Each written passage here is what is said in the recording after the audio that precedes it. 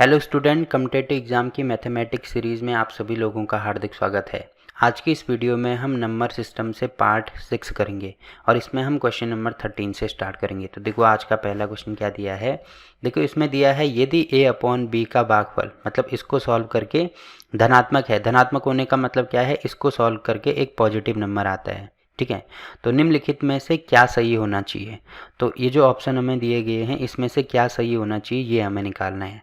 अब देखो जब a अपॉन बी कोई सा भी नंबर हो सकता है, जैसे a की वैल्यू 8 हो सकती है, b की वैल्यू 4 हो सकती है। तो इनको जब सॉल्व करेंगे तो हमेशा ही एक धनात्मक नंबर आना चाहिए, ये हमें क्वेश्चन में दिया गया है। तो ये दोनों धनात्मक कब आएंगे, देखो जब ऊपर जो a है ये भी पॉजिटिव हो और नीचे ये जो b है ये भी पॉजिटिव हो। एक कंडीशन तो ये हो सकती है, और दूसरी कंडीशन ये हो सकती है कि जब a भी नेगेटिव हो और b भी नेगेटिव हो। ठीक है, ये दोनों कंडीशन ही हो सकती हैं। तीसरी कंडीशन ये नहीं हो सकती कि ऊपर पॉजिटिव नीचे नेगेटिव, तो उस कंडीशन में हमारा जो आंसर है वो नेगेटिव आएगा। और चौथी कंडीशन अगर ऊपर नेगेटिव और नीचे पॉजिटिव होता है तब भी हमारा आंसर नेगेटिव आएगा। तो ये दोनों कंडीशन नहीं होनी चाहिए, क्योंकि इसमें केवल दिया गया है कि धनात्मक होना चाहिए, तो ये दोनों कंडीशन ही होंगे। तो यहाँ पर भी पॉजिटिव आता है और यहाँ पर भी नेगेटिव ये पॉजिटिव आता है। अब कैसे पॉजिटिव आता है उसको भी मैं आपको बता देता हूँ। जैसे एग्जांपल के लिए पहला एग्जांपल ये वाला एग्जांपल तो मैंने यहाँ पे दे दिया है, क्योंकि ये भी पॉजिटिव है ये भी पॉजिटिव है, तो जो आंसर आएगा 2 ये भी पॉजिटिव होता है। बट अगर यहीं पे मैं नेगेटिव कर दूँ, अगर मैंने इसको -8 कर दिया और यहाँ पे इसको -4 कर दिया, तो तब क्या होगा, इससे ये कैंसिल होता है, यहाँ पे 2 आता है और माइनस माइनस आपस में कैंसिल होते हैं, ये भी क्या आता है प्लस आता है। तो आप देख रहे होंगे यहाँ से भी प्लस आ रहा है, तो ये दोनों कंडीशन ही हो सकती है। ठीक है, अब इसमें चेक करके देख लो कि अगर ए अगर पॉजिटिव है तो बी भी पॉजिटिव होना चाहिए, तभी वो कंडीशन सेटिस्फाई करेगी। तो पहली कंडीशन इसमें दिया है कि ए पॉजिटिव है, ए इज़ ग्रेटर देन 0। देखो इसका मतलब आपको समझना है, ये अगर आपके समझ में नहीं आता तो 2 प्रकार के नंबर होते हैं। देखो बीच में तो होता है 0, अब 0 के आगे जितने भी नंबर होंगे वो सारे पॉजिटिव होते हैं, जैसे 1 2, 0 के आगे ये नंबर लिखे होते हैं ना, तो ये सब क्या होते हैं पॉजिटिव होते हैं। और 0 के पीछे जितने भी नंबर होते हैं -1 -2 -3, ये सारे क्या होते हैं नेगेटिव होते हैं। तो अगर मुझे शो करके दिखाना है, देखो 0 के आगे तो बहुत सारे नंबर हैं 1 2 3, तो कितने नंबर हम लिखेंगे, सारे नंबर तो नहीं लिख सकते हैं। तो इसको लिखने का एक सिंपल सा तरीका बताया गया कि जैसे अगर कोई ए है, ए की वैल्यू कुछ भी हो सकती है, कि ए अगर बड़ा है 0 से, ठीक है, ये वाला जो साइन होता है ये बड़े का साइन होता है, ए बड़ा है 0 से, तो उस कंडीशन में अब 0 से बड़ा होने का मतलब 0 से आगे जितने भी नंबर हों वो सारे आएंगे, तो इसका मतलब वो पॉजिटिव की बात कर रहा है। ठीक है, बट अगर यहीं पे ऐसे दिया होता है कि ए छोटा है 0 से, तो इसका मतलब छोटा होने का मतलब क्या है, 0 से छोटे नंबर ये सारे होंगे, तो 0 से छोटे का मतलब ये नेगेटिव की बात कर रहा होगा। तो ये चीज़ आपको समझनी है। तो कि देखो जो मुंह है वो ए की तरफ खुला है, मतलब ए बड़ा है, किससे बड़ा है 0 से बड़ा है। तो यहाँ पे आप देख रहे होंगे कि ए 0 से बड़ा है, जबकि मैंने आपको क्या बोला, बड़ा होने का मतलब क्या है पॉजिटिव है। तो जबकि मैंने ये चीज़ आपको बोली कि अगर ए पॉजिटिव होगा तो बी भी पॉजिटिव होना चाहिए, जबकि इसमें तो ऐसे नहीं दिया है, केवल ए की बात की जा रही है, मतलब बी को हम पॉजिटिव भी ले सकते हैं नेगेटिव भी ले सकते हैं। अब ये तीसरी वाली कंडीशन बन गई कि अगर ए पॉजिटिव है और बी नेगेटिव हो गया, तो उस कंडीशन में देखो आंसर तो हमारा नेगेटिव आ रहा है ना, तो इसका मतलब ये तो नहीं हो सकता, इसमें केवल एक ही की बात की गई है। दूसरा हम पॉजिटिव और नेगेटिव कुछ भी ले सकते हैं। अब इस दूसरे कंडीशन में भी केवल एक ही की बात की गई है कि बी अगर हम पॉजिटिव लेते हैं। अब देखो ये वाली कंडीशन, अगर बी हमने पॉजिटिव ले ली और ए अगर नेगेटिव ले लिया, क्योंकि ए की इसमें कोई बात नहीं की गई है, तो एक पॉजिटिव भी हो सकता है नेगेटिव भी हो सकता है। तो अगर ये वाली कंडीशन होती है तो यहाँ से भी देखो नेगेटिव आ रहा है, जबकि हमें धनात्मक चाहिए ना, तो इसका मतलब ये भी नहीं हो सकता है। तीसरी कंडीशन में इसमें दी गई है कि ए बी ग्रेटर देन 0, मतलब ए और बी, जब ए और बी को आपस में गुणा किया जाएगा तो ये 0 से बड़ा आता है। अब देखो ये कौन सी कंडीशन होगी। अब आप यहाँ पे देख रहे होंगे कि जब ये ए है ये बी है, ये ए है ये बी है, तो जब इन दोनों को आपस में गुणा किया जाता है तो ए इंटू बी, तो आप देखेंगे ए बी आता है जो कि क्या है पॉजिटिव है। पॉजिटिव होने का मतलब क्या है 0 से बड़ा है, ठीक है। तो 0 से बड़ा है, पहली चीज़ तो ये सेटिस्फाई कर रही है। दूसरी कंडीशन में क्या आनी चाहिए, माइनस आना चाहिए और माइनस आना चाहिए। आप यहाँ पे देख रहे होंगे जब हम इनको आपस में गुणा करेंगे, मतलब माइनस ए करेंगे इंटू माइनस बी करेंगे, तो माइनस माइनस का होता है प्लस और ए बी। तो यहाँ से भी आप देखेंगे कि प्लस ए बी आ रहा है, मतलब जो कि ये भी 0 से बड़ा होता है। तो ये वाली कंडीशन भी इसमें सेटिस्फाई कर रही है। तो आप देख रहे हैं कि ये दोनों कंडीशन सेटिस्फाई कर रही है, इसका मतलब यही हमारा आंसर हो जाएगा। ठीक है। जबकि लास्ट में अगर मैं इसको ट्राई करता हूँ, देखो ए की वैल्यू और बी की वैल्यू, अगर मैं इसमें ये वाली कंडीशन में, ये वाला तो सेटिस्फाई कर रहा है, ए की वैल्यू रख दो बी की वैल्यू रख दो, 0 से बड़ा होता है। बट ये अगर मैं इसमें ऐसे रखता हूँ माइनस ए माइनस बी, तो ये तो 0 से बड़ा नहीं होता है ना। क्यों नहीं होता है, जैसे इनकी वैल्यू कुछ भी ले लो, कोई नंबर ले लो, जैसे ए की वैल्यू मान लीजिए मैंने 2 ले लिया तो ये -2 हो गया, और बी की वैल्यू मान लीजिए मैंने 3 ले लिया तो ये -3 हो गया, ग्रेटर देन 0। अब इसको सॉल्व करेंगे तो ये तो -5 होगा ना। तो क्या -5 0 से बड़ा होता है क्या? देखो -5 तो यहाँ पे आएगा ना, -5 जो कि 0 से पीछे आता है, मतलब 0 से छोटा होता है, जबकि इसमें बढ़ा दिया गया है, तो इसका मतलब ये भी हमारा आंसर नहीं होगा। तो आई होप कि ये चीज़ आपके समझ में आई होगी। देखो 2 सेकंड के क्वेश्चन है और समझाने के लिए इतना सारा टाइम लग गया इसमें। ठीक है। तो कॉन्सेप्ट समझना इंपॉर्टेंट है, बाकी क्वेश्चन इंपॉर्टेंट नहीं है। क्वेश्चन तो ज़रूरी नहीं है कि पेपर में यही क्वेश्चन आएगा, क्या पता घुमा फिरा के कोई दूसरा क्वेश्चन आ गया, इसकी जगह पर कुछ और आ गया। तो आपको कॉन्सेप्ट पता होना चाहिए इन चीज़ों का। फिर भी ये देखो मैंने ढंग से एक्सप्लेन कर दिया, फिर भी समझ में नहीं आता है तो आप कमेंट करके पूछ सकते हैं, मैं अगली वीडियो में इसको और अच्छे से एक्सप्लेन करूँगा। ठीक। तो ये क्वेश्चन यहाँ पे कंप्लीट होता है। अब देखो अगला क्वेश्चन क्या दिया है इसमें। देखो इसमें दिया है कि इसमें इसको जोड़ा जाता है, मतलब इन दोनों को जोड़ा जाता है। तो पहले इनको जोड़ दो। देखो 3 9 5 7 5 3 4 9 इनको जोड़ना है। तो 9 और 7 16 को 6, 5 और 4 9, एक 10 की 0, 9 और 3 12 और एक 13 और 5 और 3 8 और एक 9। ठीक है, जोड़ा जाता है तो हमने जोड़ दिया। प्राप्ति राशि, देखो ये वाली राशि हमें प्राप्त होती है। प्राप्त राशि में से 7062 को घटाया जाता है। अब देखो इस राशि में से ये घटाना है, तो ठीक है घटा दो। अब इसको घटाएंगे तो कितना आएगा, 6 में से 2 गया, यहाँ पे होगा 4, फिर 10 में से 6 गया, यहाँ पे होगा 4, फिर यहाँ पे 2 में से 0 गया, यहाँ पे होगा 2, और 9 में से 7 गया, यहाँ पे होगा 2। तो ये वाली राशि हमें प्राप्त हो रही है। घटाया जाता है तो परिणामी संख्या, देखो ये जो संख्या हमें परिणामी मिल रही है वो किससे विभाज्य नहीं होगी। देखो इसमें इंपॉर्टेंट चीज़ है नहीं की बात हो रही है। ठीक है।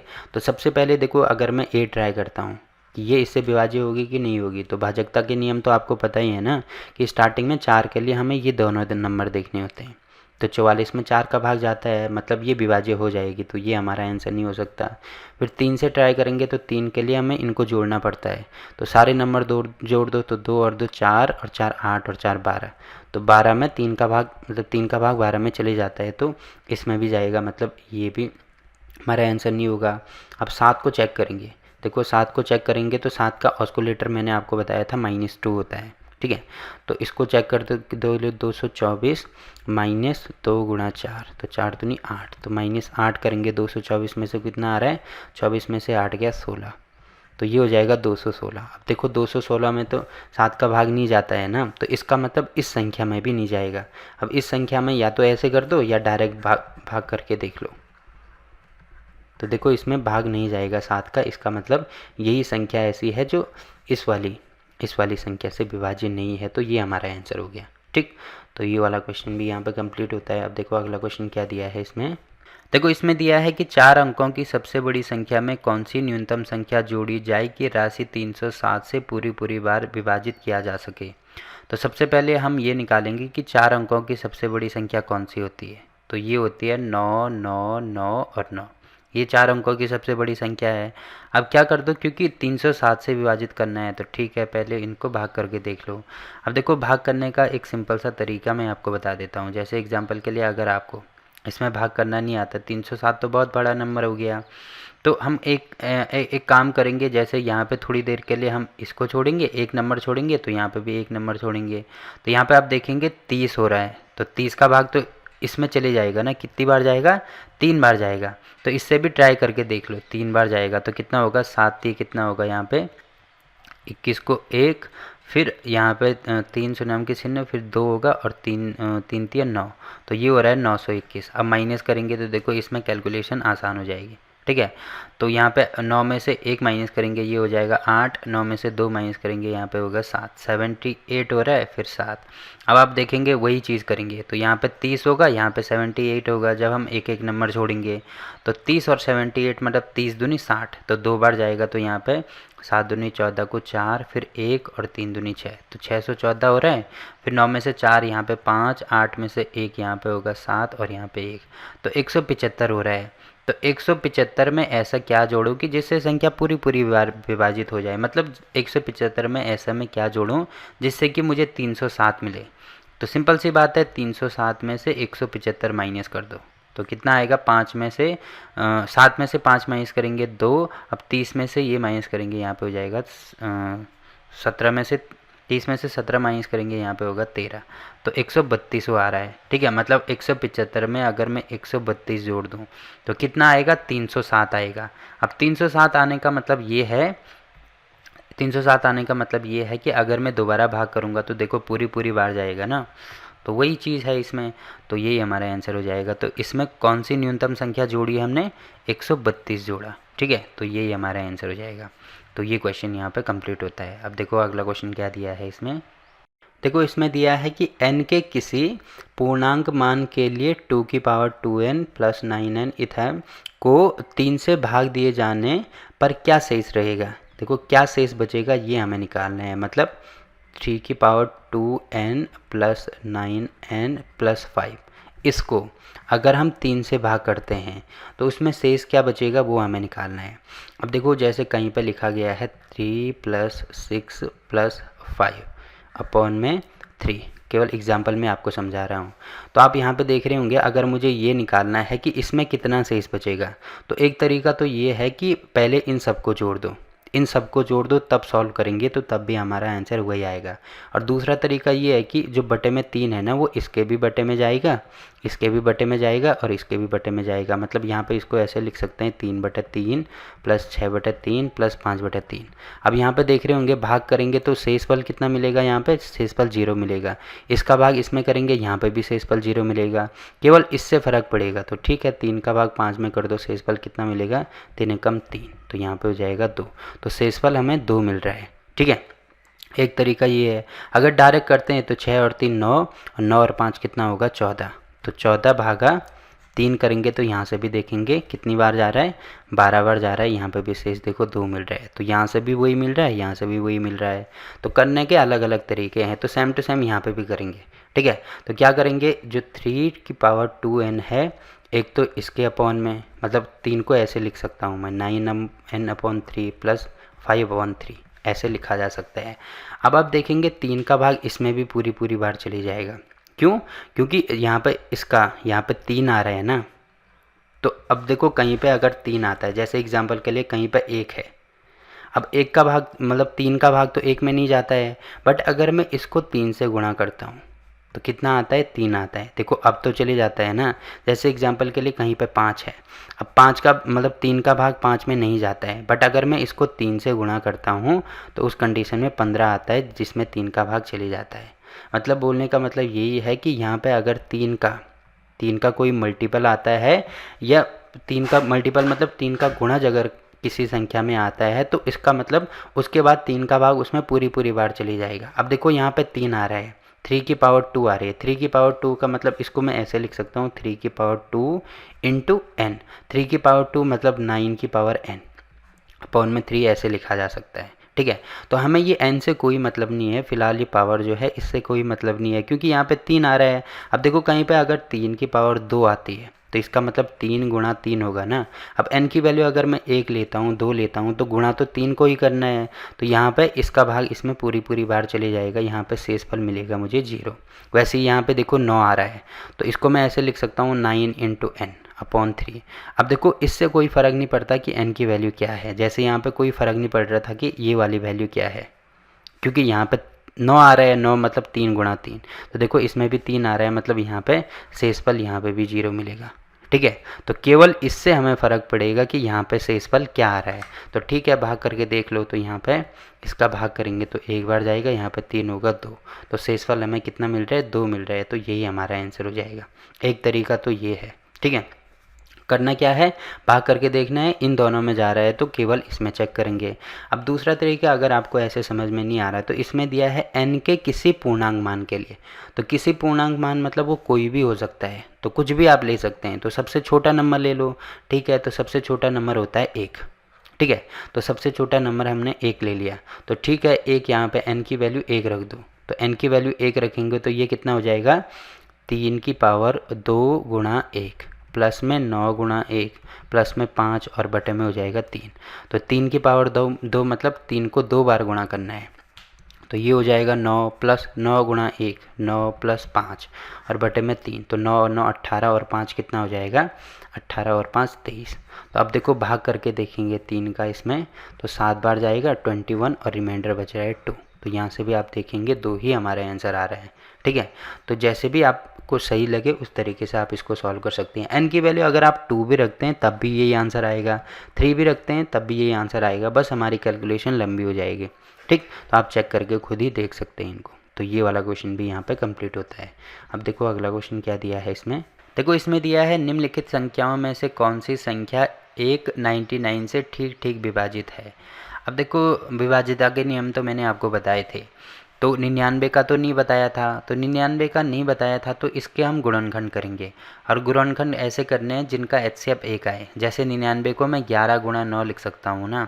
अब देखो 9 के भाजिता के भी नियम मुझे पता है और 11 का भी पता है। और इनका जो HCF देखो गुणनखंड कई प्रकार से हो सकते हैं। जैसे मान लीजिए 20 है तो 20 का गुणनखंड 10 गुणा 2 भी हो सकता है, 5 गुणा 4 भी हो सकता है। तो 10 गुणा 2 लेंगे कि 5 गुणा 4 लेंगे, तो इसमें हम ये वाला गुणनखंड इसका लेंगे।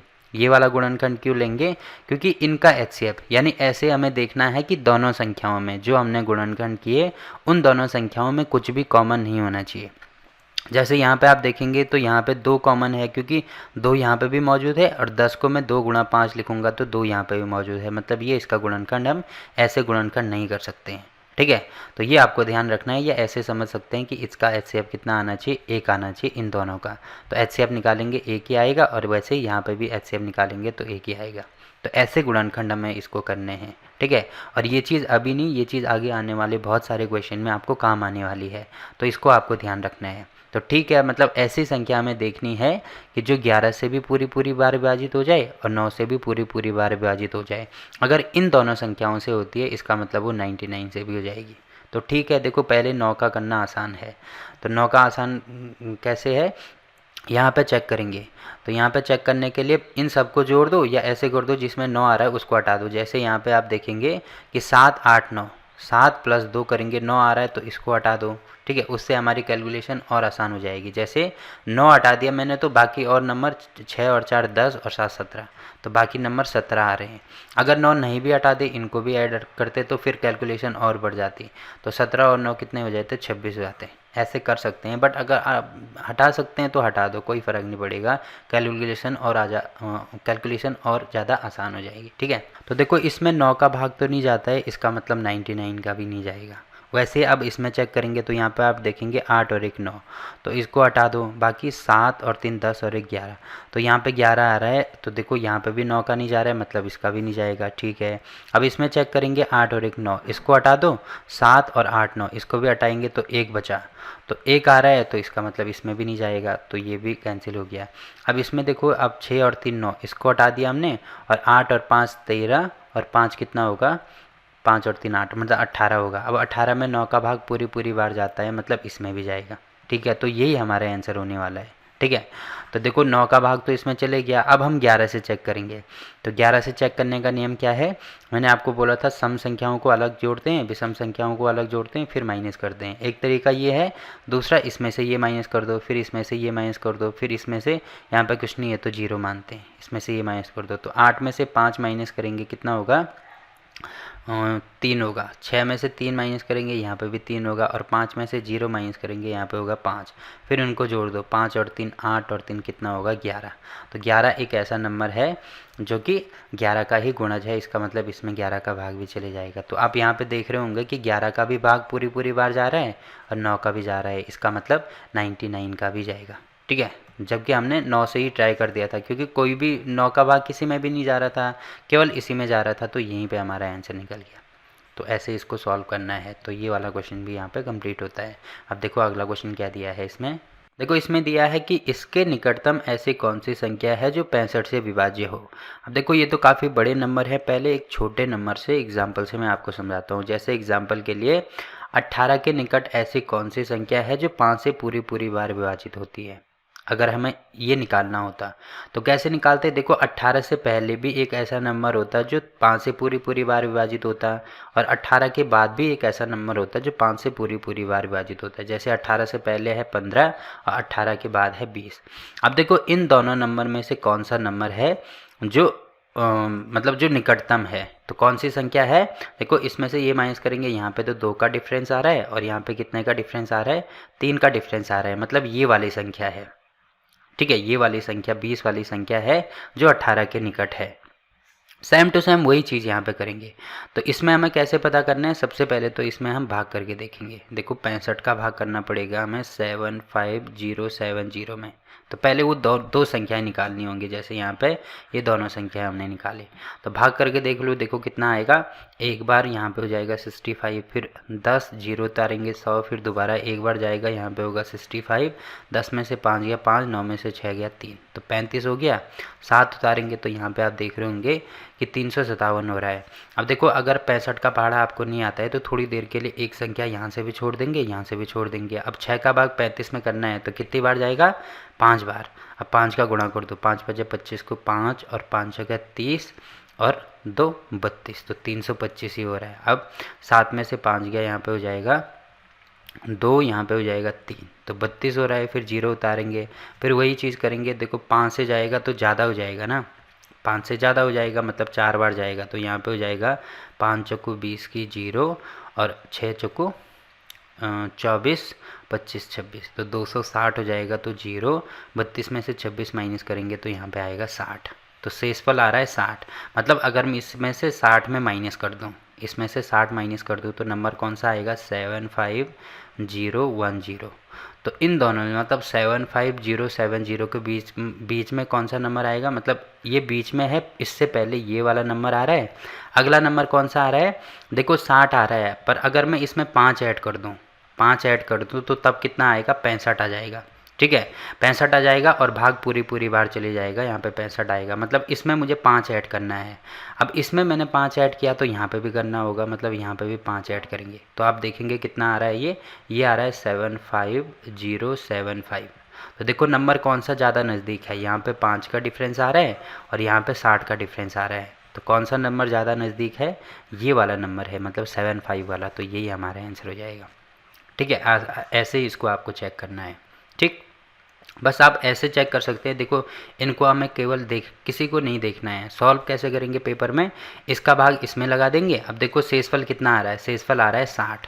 अब 60 में मैं ऐसे क्या जोड़ूं जिससे कि मुझे ऐसा नंबर मिले जो इसका गुणज हो। तो 60 में मुझे 5 ही ऐड करना होगा ना, तभी मिलेगा।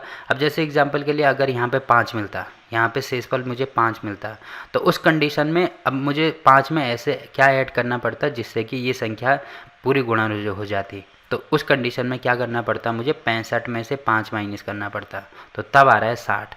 अब देखो ज़्यादा नज़दीक ये वाला नंबर है कि ये वाला नंबर है। ये वाला नंबर जब आता है, इसमें से ये माइनस करते हैं तो ये इसमें ऐड करते हैं, और ये वाला जब जो शेषफल आता है तो शेषफल को डायरेक्ट इसमें से माइनस करते हैं। ये आपको ध्यान रखना है, शेषफल को डायरेक्ट माइनस करते हैं, मतलब इससे छोटा वाला नंबर आएगा, और जब हमने इसमें से शेषफल माइनस कर दिया तो तब उसमें ऐड करते हैं। तो देखो तब ये बड़ा नंबर आ रहा है, ये छोटा, तो तब वो चीज़ हो जाती है। तो आई होप कि ये चीज़ आपके समझ में आई होगी। ठीक है, तो ये क्वेश्चन भी यहाँ पे कंप्लीट होता है। अब देखो अगला क्वेश्चन क्या दिया है इसमें। देखो इसमें दिया है कि यदि 2 अंकों की किसी संख्या को उसके अंकों के योग से विभाजित किया जाता है। देखो कोई भी 2 अंकों की संख्या है, ठीक है, तो 2 अंकों की संख्या हमें मान लीजिए नहीं पता, तो मान लीजिए वो क्या है, x है। अब इसमें दिया है 2 अंकों की किसी संख्या को उसके अंकों के योग से विभाजित करना है। तो ठीक है, अंकों का योग जैसे अगर मैंने 2 अंकों की संख्या अगर 21 होती, या 21 भी हो सकती है, 23 भी हो सकती है, तो कुछ भी हो सकती है, तो हमें नहीं पता, मान लीजिए वो संख्या x और y हमने ले लिया, तो ये इसका इकाइकांक हो गया, ये दाहिकांक हो गया। ठीक है, 2 अंकों की संख्या है, उसके अंकों के योग से, तो अंकों का योग मतलब इन दोनों को, पहला अंक ये है, दूसरा अंक ये है, तो इनका योग, इनके अंकों के योग से विभाजित किया जाता है। तो विभाजित करने का मतलब भाग करना है।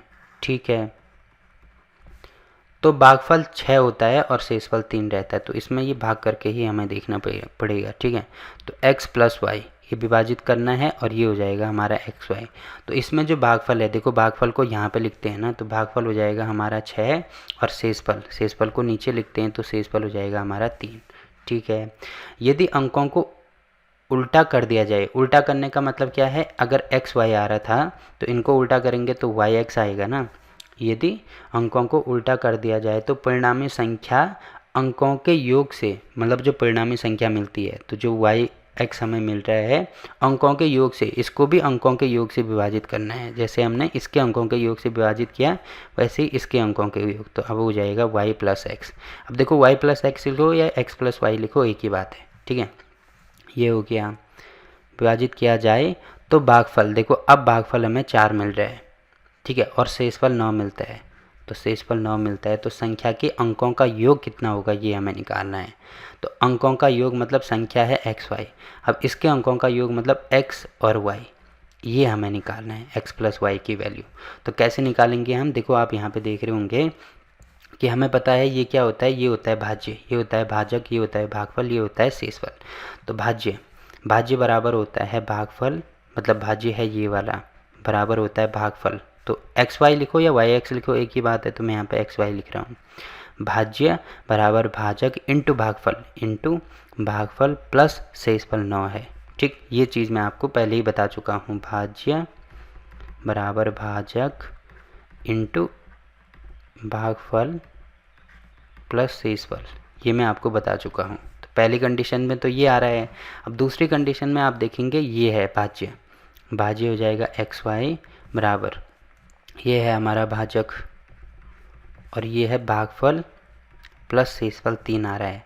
अब हमें क्या निकालना है, हमें x प्लस वाई अंकों का योग मतलब x प्लस वाई की वैल्यू निकालनी है।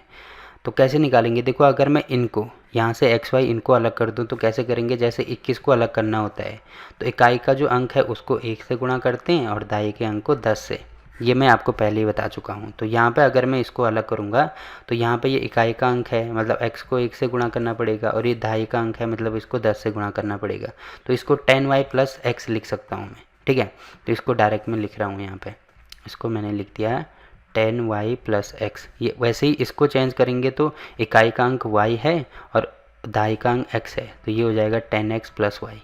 तो ये चीज़ आप समझ रहे होंगे। ठीक है, अगर मैं इन सब को इनको जोड़ दूं तो तब कितना हो जाएगा, यहाँ पे आप देखेंगे कि 10 ये है, एक x ये है, तो 10 प्लस 1 तो ये हो जाएगा यहाँ पे 11x प्लस 10y ये है, y ये है, तो ये हो जाएगा 11y बराबर, इनको जोड़ेंगे तो 6 और 4 10, तो 10xy हो जाएगा। ठीक है, प्लस 6 और 3 9। ठीक है, ये चीज़ हो गई। अब आप यहाँ पे देख रहे होंगे कि 11 यहाँ भी आ रहा है, 11 यहाँ भी आ रहा है, तो 11 कॉमन ले लो, यहाँ पे हो जाएगा x प्लस वाई। अब इसको पूरे इधर लेके आओ, तो ये प्लस में है तो माइनस हो जाएगा, माइनस 10x प्लस वाई। ठीक है, बराबर ये हो जाएगा 9 के। अब 11x प्लस वाई ये है, 10x प्लस वाई ये है, या x प्लस वाई यहाँ भी है, यहाँ भी है, तो x प्लस वाई को अगर मैं कॉमन लेता हूँ तो यहाँ पे बचेगा 11 माइनस 10 बराबर 9 के। तो 11 में से 10 माइनस करेंगे 1, मतलब x प्लस वाई की वैल्यू हमें मिल गई 9। और यही चीज़ हमें निकालने थे अंकों का योग। ठीक है, संख्या के अंकों का योग, तो कितना आ रहा है 9, मतलब ये वाला हमारा आंसर होगा। देखो देखने में आपको ऐसे लग रहा है कि इसमें काफ़ी टाइम लगेगा, बट ये चीज़ मैं आपको समझाने के लिए बता रहा हूँ। वैसे ये सवाल ज़्यादा से ज़्यादा 20 से 30 सेकंड का है। ठीक है, आपको केवल क्या करना है, इक्वेशन बनानी है और सॉल्व करेंगे तो 30 सेकंड से ज़्यादा नहीं लगने वाले हैं। तो ये क्वेश्चन आपका यहाँ पे कंप्लीट होता है। अब देखो अगला क्वेश्चन क्या दिया है, देखो इसमें दिया है कि एक संख्या को इस संख्या से विभाजित करने पर शेषफल 75 रहता है। यदि उसी संख्या को 24 से विभाजित किया जाए तो शेषफल कितना रहेगा, ये हमें निकालना है। देखो इस टाइप के क्वेश्चन तो हम पहले भी कर चुके हैं, इसमें हम डायरेक्ट करेंगे। देखो मैंने आपको बोला था कि इस संख्या का भाग इसमें तो जाएगा ही जाएगा, तो हमें केवल इसमें चेक करना होता है। तो ठीक है, चेक करके देख लो।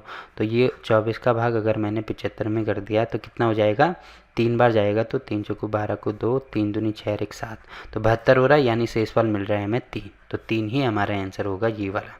ठीक है, ये मैं पहले ही आपको बता चुका हूँ, तो इसीलिए मैंने यहाँ पे इसको डायरेक्ट कर दिया। तो ये क्वेश्चन यहाँ पे कंप्लीट होता है। अब देखो अगला क्वेश्चन क्या दिया है।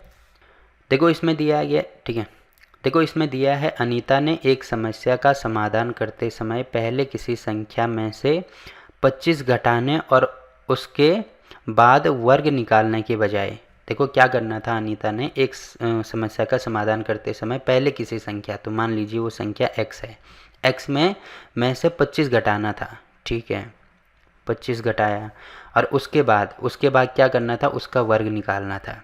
तो इस प्रकार से हमें मतलब अनीता को क्वेश्चन सॉल्व करना था, बट उसने क्या किया, बजाय गलती से संख्या का वर्ग निकालने के बाद, संख्या का वर्ग निकालने के बाद मतलब संख्या हमने x मानी थी और इसका वर्ग निकाला उसने। ठीक है, वर्ग निकालने के बाद उसमें से 25 घटा दिया, पहले वर्ग किया और तब 25 इसमें घटाया। मतलब करना क्या था, पहले संख्या में से 25 घटाना था फिर वर्ग करना था, बट उसने कर दिया पहले संख्या का वर्ग कर दिया और फिर 25 घटा दिया। ठीक है, परंतु फिर भी उसका उत्तर सही आ गया। सही आने का मतलब क्या है, जितनी वैल्यू इसकी होगी उतनी वैल्यू इसकी होगी, तभी तो उत्तर सही आएगा ना, मतलब ये दोनों आपस में बराबर हो जाएंगे। ठीक है, तो ज्ञात कीजिए कि वो कौन सी संख्या दी गई थी, तो ये हमें निकालना है। तो ठीक है, हमने इसको इक्वेशन तो बना दी, अब इसको सॉल्व करेंगे। तो देखो इसमें a माइनस बी का होल स्क्वायर वाला फॉर्मूला यूज़ होगा, तो ये होगा a square plus B square, तो 25 का स्क्वायर 625 माइनस 2ab, तो 25 दूनी 50, x बराबर ये होगा x square minus 25। X square यहाँ भी है यहाँ भी है, तो इससे ये कैंसिल हो गया। अब इसको इधर लेके आओ और इसको इधर लेके आओ, तो ये हो जाएगा 625, ये माइनस है तो प्लस 25 बराबर 50x, तो ये हो जाएगा यहाँ पे 650 बराबर 50x, तो x की वैल्यू हो जाएगी 650 बटे में 50, तो इससे ये कैंसिल।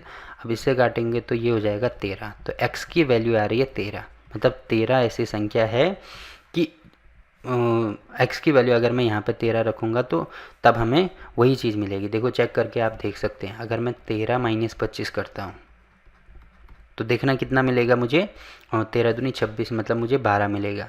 अब 12 यानी माइनस 12 मिलेगा, तो माइनस 12 का स्क्वायर कितना होता है, 144 होता है, तो यहाँ से मुझे 144 मिल रहा है। 13 का स्क्वायर कितना होता है, 169 माइनस 25, तो यहाँ से भी आप देख रहे होंगे 144 ही मुझे मिल रहा है। ठीक है, तो 13 ही वो नंबर है, मतलब ये वाला हमारा आंसर हो जाएगा। ठीक, तो ये क्वेश्चन भी यहाँ पे कंप्लीट होता है। अब देखो अगला क्वेश्चन क्या दिया है इसमें। देखो इसमें दिया है कि एक संख्या x 7 से विभाज्य है। ठीक है, जब इस संख्या को 8, 12 और 16 से विभाजित किया जाता है तो प्रत्येक स्थिति में शेषफल कितना मिलता है, हमें 3 मिलता है। तो x का न्यूनतम मान क्या होगा, ये हमें निकालना है।